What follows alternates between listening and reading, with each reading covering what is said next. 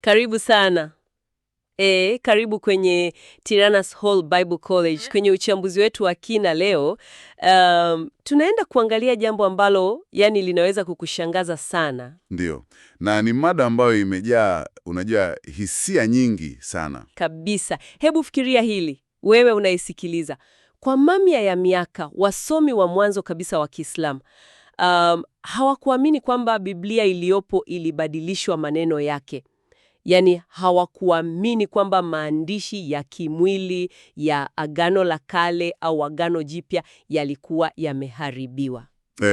Na hili ni jambo zito sana, kwa sababu leo hii ukipita mitaani au kwenye mikutano ya kidini, hata kwenye mitandao ya kijamii, dhana ya jumla ni kwamba Uislamu unafundisha kuwa Biblia ilipotoshwa 100%, kwamba hakuna hata neno moja la asili lililosalia. Lengo letu kwenye huu uchambuzi hapa Tyrannus Hall Bible College sio kutetea upande wowote. Yaani, hatuchukui upande wa kisiasa wala wa kidini. Sisi tuko hapa kama wachunguzi tu. Kweli kabisa. Tunataka kuelewa tu vyanzo vya kihistoria vinasema nini hasa kuhusu dhana hii ya tahrif. Ndiyo, tahrif ambayo kwa Kiswahili maana yake ni upotoshaji. Sawa, hebu tufafanue hili. Kwa sababu ukianza kuchimbua haya maandiko ya awali, unapata picha tofauti sana. Na hizi simulizi za leo zinazofanya mambo yaonekane mepesi tu. Sasa, ili tuelewe mzizi wa mjadala huu, lazima tutenganishe hii dhana ya tahrif. Wasomi wa kihistoria waliigawa katika aina mbili. Hatuwezi kuizungumzia kama kitu kimoja. Aha, aina mbili, Ndiyo. Ya kwanza inaitwa tahrif al-maana. Kwa lugha rahisi sana, hii inamaanisha kupotosha maana au tafsiri ya andiko. Yaani, maandishi kwenye karatasi yako yapo pale pale, hayajaguswa. Lakini yule anayeyasoma anayatafsiri kwa namna inayopindisha lengo la asili.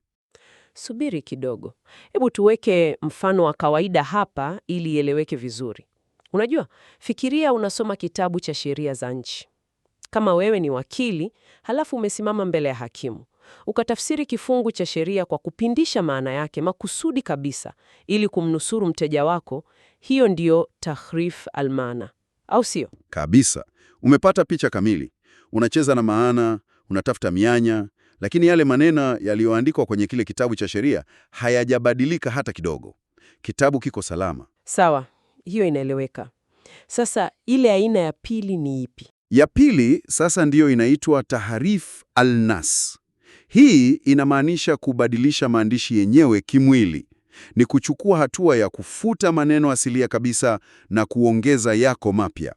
Ukitumia ule mfano wako wa kitabu cha sheria, hii ingekuwa ni sawa na wewe wakili, kuvunja kufuli la maktaba ya taifa usiku, kuchukua kifutio, kufuta sheria rasmi na kuandika sheria yako mpya kwa kalamu. Bwana, hiyo ni hatari sana, yaani ni uharibifu wa kimwili wa ushahidi. Ndiyo, ni uharibifu halisi. Na kinachovutia hapa ni kwamba wasomi wengi sana wa zamani wa Kiislamu hawakufundisha kuwa maandishi yenyewe ya Biblia yalibadilishwa kikamilifu kwa njia hii ya tahrif al-nas. Na unajua, ukifikiria kwa mantiki, kubadilisha maandishi kimwili kote duniani, hasa kabla ya mashine za kuchapisha kugunduliwa, ilikuwa ni kazi ngumu, karibu haiwezekani. Haiwezekani kabisa. Nakala za Torati na Injili zilikuwa zimesambaa kila kona, kutoka Rumi mpaka Uarabuni, kutoka Misri mpaka Ethiopia. Kuwa na njama ya kimataifa ya kukusanya nakala zote hizo kwenye mabara tofauti, kisha kubadilisha maneno kimwili bila kuacha ushahidi. Wasomi wa zamani walijua hii ni hadithi isiyowezekana. Ndiyo maana basi msingi wao mkubwa ulikuwa kwenye ile ya kwanza, tahrif al-maana, kupotosha maana. Sahihi kabisa. Walilalaumu baadhi ya makundi kwa kusoma maandiko sahihi, lakini wakiapa tafsiri potofu wakati wa mabishano. Sasa, kabla hatujaingia kwenye kuchambua aya za Qur'ani zinazozungumzia hili, unajua lengo letu hapa Tyrannus Hall Bible College ni kukupa maarifa yatakayokuweka huru kifikra. Kama Yohana 8:32 inavyosema, mtaifahamu kweli na hiyo kweli itawaweka huru. Kupata ukweli wa kihistoria kunaleta uhuru mkubwa sana wa kiroho na kiakili. Ndio maana tunakuhimiza sana. Go to Tyrannus Hall Bible College, use the link in the description. Ndiyo, ni fursa nzuri sana ya kujifunza. Unajua, unaposoma na kuelewa vyanzo hivi vya kale, inakupa nguvu ya kuepuka upotoshaji. Kabisa. Kwa hiyo usisahau, visit Tyrannus Hall Bible College, use the following link. Tyrannus Hall Bible College, THBC, www.pmoyminimaking.com/product/home-Bible Coaches Training Program. Chukua nafasi hii kujiendeleza. Sasa turudi kwenye zile aya kuu. Haya madai yanatoka wapi hasa? Kwenye maandiko. Sawa. Tukitazama vyanzo vya msingi, kuna aya kuu kati ya 4 hadi 7 ndani ya Qur'an ambazo hutumika sana kama ushahidi wa taharifu. Ndiyo, nikiangalia Qur'ani sura ya 2 aya ya 75 inaeleza kuhusu kundi ambalo lilikuwa likisikia maneno ya Mungu na kisha linaamua kuyapotosha kwa makusudi baada ya kuyaelewa. Halafu kuna sura ya 3 aya ya 78, hii inasema kuhusu kundi linalopindisha ndimi zao wanaposoma kitabu ili usikie kama inatoka kwenye kitabu, kumbe sivyo. Hizo aya mbili ni za msingi sana kama tunataka kuelewa saikolojia ya jamii ya wakati huo. Unajua, katika jamii ya kale ya Uarabuni, taarifa zilisambazwa zaidi kwa njia ya mdomo. Wayahudi na Wakristo ndio waliokuwa wameshikilia maandishi yenyewe. Aha, kwa hiyo watu wengi walikuwa wanasikiliza tu?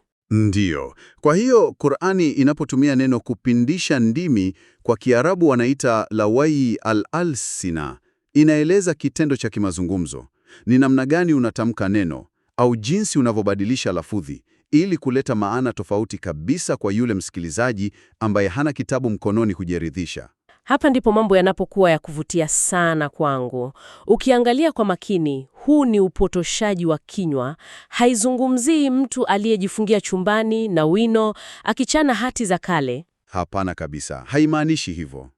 Ni kama udanganyifu wa jukwani, kama mwanasiasa wa leo anavyoweza kuchukua neno moja la mpinzani wake akalitamka nje ya muktadha kwa sauti ya dhihaka ili watu waamini mpinzani alisema kitu kibaya.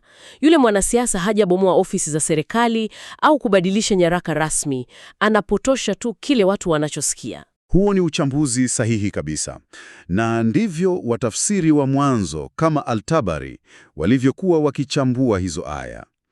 Lakini mambo sio rahisi hivyo muda wote. Mvutano halisi unaanza tunapoifikia Qur'an sura ya 2 aya ya 79. Hapa lugha inabadilika ghafla. Inasemaje hiyo? Aya inasema, ole wao wanaoandika kitabu kwa mikono yao na kisha kusema hili linatoka kwa Mungu ili wapate kununua kwa thamani ndogo. Hapa ndipo ile theolojia ya taharif al-nas, kwamba maandishi yamebadilishwa kimwili, inapata nguvu. Subiri kidogo. Ukiniambia wanaoandika kwa mikono, mimi ninayesikiliza tafsiri hii, naona huu ni uthibitisho wa wazi wa kubadilisha maandishi. Kama wanaandika kwa mikono, si inamaanisha wanaingiza mistari ya uongo kwenye Torati yenyewe? Iweje wale wasomi wa zamani bado walipinga hili? Ni swali zuri sana. Jibu liko kwenye muktadha wa mazingira. Wasomi waliochunguza aya hii walisema haimaanishi kundi hili lilikuwa linaingia kwenye masinagogi kufuta Torati rasmi na kuandika kitabu kingine. Hapana. Walikuwa wanafanya nini sasa? Ilirejelea tabia ya baadhi ya watu wa kawaida, sio hata viongozi wakuu, kuandika vijitabu vyao wenyewe vya ufafanuzi au kuandika hirizi zenye fomula za kishirikina. Kisha wakawa waendea watu wasiojua kusoma na kuambia, hili ni neno takatifu kutoka mbinguni. Kwa hiyo ni utapeli wa mitaani tu. Ndiyo, ni utapeli kabisa. Ni kama mtu wa leo akiamua kuandika kitabu cha hadithi za uongo, halafu akatumia jina la profesa maarufu sana kwenye jalada ili akiuze mtaani apate pesa. Mtu huyu hajabadilisha maandiko ya kitaaluma ya huyo profesa yaliyoko maktaba.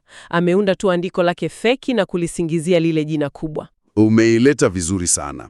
Ndio maana aya inasema ili wapate kununua kwa thamani ndogo. Ni biashara, ni udanganyifu wa kutafuta pesa au ushawishi mdogo, sio uharibifu wa mfumo mzima wa maandiko matakatifu duniani. Na hii ndiyo ilikuwa hoja kuu ya wasomi wa awali. Sawa, hiyo inaeleweka, lakini unajua, tukiangalia picha pana Na hapa ndipo kichwa kinaanza kuuma sasa. Kwa nini wasomi wa baadaye walianza kuisukuma theolojia kwa nguvu kwenda kwenye uharibifu wa kimwili wa maandishi? Hilo ni swali la msingi sana katika historia hii. Yaani, kama vyanzo ni vile vile, kwa nini tuwe na tofauti hii kubwa jinsi karne zilivyokuwa zinasonga? Ukiangalia aya nyingine kama sura ya 4 aya ya 46 au sura ya 5 aya ya 13 na 41 zinawashutumu baadhi ya Wayahudi kwa kusahau sehemu ya yale waliokumbushwa au kupotosha maneno. Halafu kuna hii dhana ya Kitman. Ndiyo. Kitman, yani kuficha ukweli. Wasomi walitambua mbinu nyingi sana za upotoshaji ambazo hazikuhusisha kufuta wino kwenye karatasi. Fikiria, unajua kuwa andiko lipo, lakini unapoombwa usome andiko ambalo linaenda kinyume na maslahi yako, unaamua tu kutosoma hicho kifungu, unakiruka. Aha, maandishi yapo pale pale kwenye kitabu. Yapo kabisa mbele yako, lakini umeamua kuyaficha kutoka kwa yule anayesikiliza.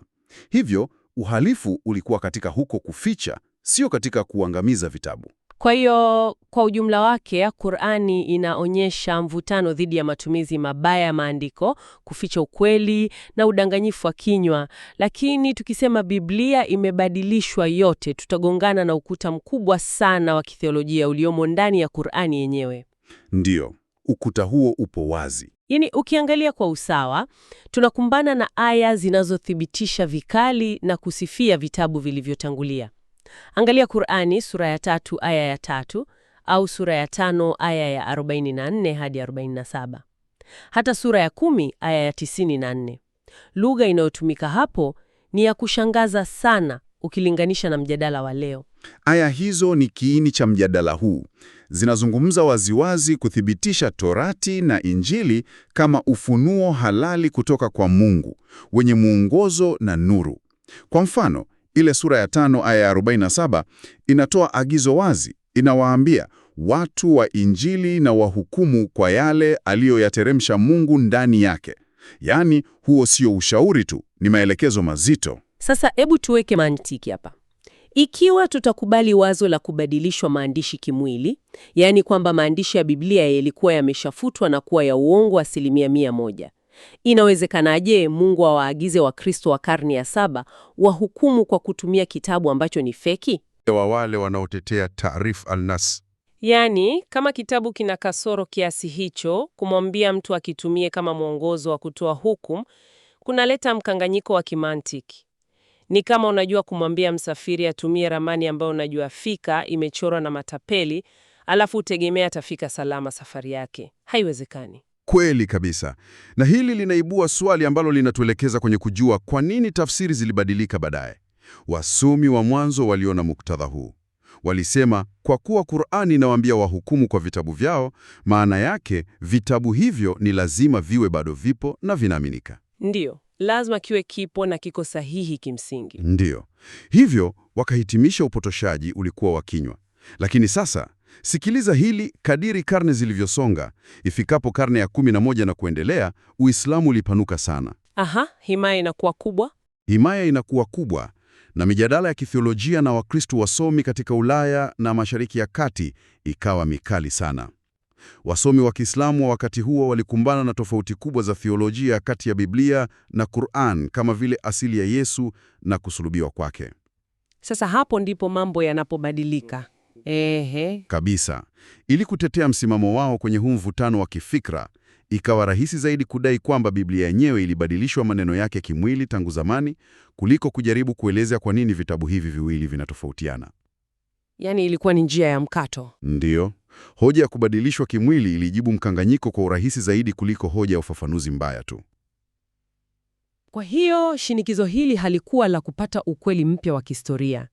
Ilikuwa ni shinikizo la polemiki la kutetea hoja kwenye mivutano ya kiitikadi iliyokuwa inazidi kupamba moto. Walihitaji silaha yenye nguvu zaidi kwenye mjadala. Hasa ni silaha ya mjadala. Unaposoma mjadala huu, huwezi kutarajia jawabu la ndio au hapana tu. Unaangalia theolojia inayosukumwa na siasa, jamii na utetezi wa imani kwa mamia ya miaka. Majibu inategemea unaangalia karne ipi na aina gani ya kitabu cha tafsiri unachotumia. Sasa kabla hatujaenda kwenye hitimisho letu, Unajua, ukizungumzia theolojia na uhakika, tunakumbushwa ule msingi mkuu, kama Yesu anavyosema katika Yohana 14:6, mimi ndimi njia na kweli na uzima, mtu haji kwa Baba ila kwa njia ya mimi. Ndiyo, hilo ni andiko lenye nguvu sana. Linaonyesha ule upatanisho wa kipekee na chanzo cha uzima wa milele ambacho tunakipata katika ukweli huo. Kabisa. Na ili kuendelea kuchimba ukweli huu wa kimaandiko bila kuyumbishwa, ni muhimu sana kupata mafunzo sahihi. Ndio maana tunasema tena, go to Tyrannus Hall Bible College. Use the link in the description. Ni sehemu nzuri sana ya kujengwa. Hakika. Kwa wale wanaotaka kwenda sasa hivi, visit Tyrannus Hall Bible College. Use the following link. Tyrannus Hall Bible College, THBC. Chukua hatua hiyo kwa ajili ya ukuaji wako wa kiroho. Basi, tukirudi kwenye mada yetu, yote haya yanamaanisha nini hasa kwa msikilizaji wetu leo? Kimsingi, picha tunayoipata inahitaji akili wazi sana kuitazama. Tunaona mjadala huu wa kama ushahidi unaonyesha ufisadi wa kimaandishi au wa kimaana umekuwa ukiendelea kati ya wasomi kwa karne zote bila kufika mwisho mmoja wa makubaliano. Ni darasa la jinsi binadamu wanavyohangaika kuelewa maandiko na kulinda imani yake. Na wakati mwingine, unajua, kushindwa kukubaliana na ugumu wa ukweli wenye pande mbili. Sio hadithi ambayo unaweza kufumbua macho ukidhani umepata jibu rahisi la mwisho. Ndiyo, na hii inatuleta kwenye wazo moja la msingi ambalo ningependa kumwacha nalo msikilizaji leo, kama chakula cha ubongo tu. Tunapaswa kujiuliza kwa uaminifu, tunapotazama maandiko ya dini nyingine kupitia lenzi ya imani yetu wenyewe, au hata kupitia lenzi ya kutokuwa na imani yoyote, ni kwa kiasi gani tunatumia muda mwingi kutafuta tu uthibitisho wa kile tunachotaka kuamini tangu mwanzo. Uthibitisho wa upendeleo. Ndiyo, badala ya kusikiliza kwa makini kile ambacho historia, muktadha na maandiko yenyewe yanajaribu kutuambia hasa. Binadamu ameitumia hii kama silaha kwa karne nyingi sana, ikimfanya akimbie utata badala ya kuukabili. Hilo ni wazo lenye uzito sana, Je, hitaji letu la kupata majibu mepesi yaliyonyoka, majibu yanayotutenganisha sisi kama walio sahihi na wale kama waliopotoka, linatuzuiaje kuona ukweli wa kihistoria ambao mara nyingi unalala katika utata? Unapojiandaa kujadili masuala haya, ni muhimu sana kuivua ile kofia ya kuhukumu na kuivaa kofia ya kudadisi. Kwa sababu historia haiogopi kutuonyesha kuwa mambo sio mepesi kama tunavyotaka yawe. Basi, tunatumai kwamba uchambuzi huu wa kina umekupa mwanga mpya na taarifa ambazo ni kamili, zisizo na upendeleo. Tunakushukuru sana kwa kusikiliza uchambuzi huu wa kina. Na asante kwa kusikiliza Tyrannus Hall Bible College. Endelea kudadisi na kuuliza maswali magumu. Mpaka wakati mwingine.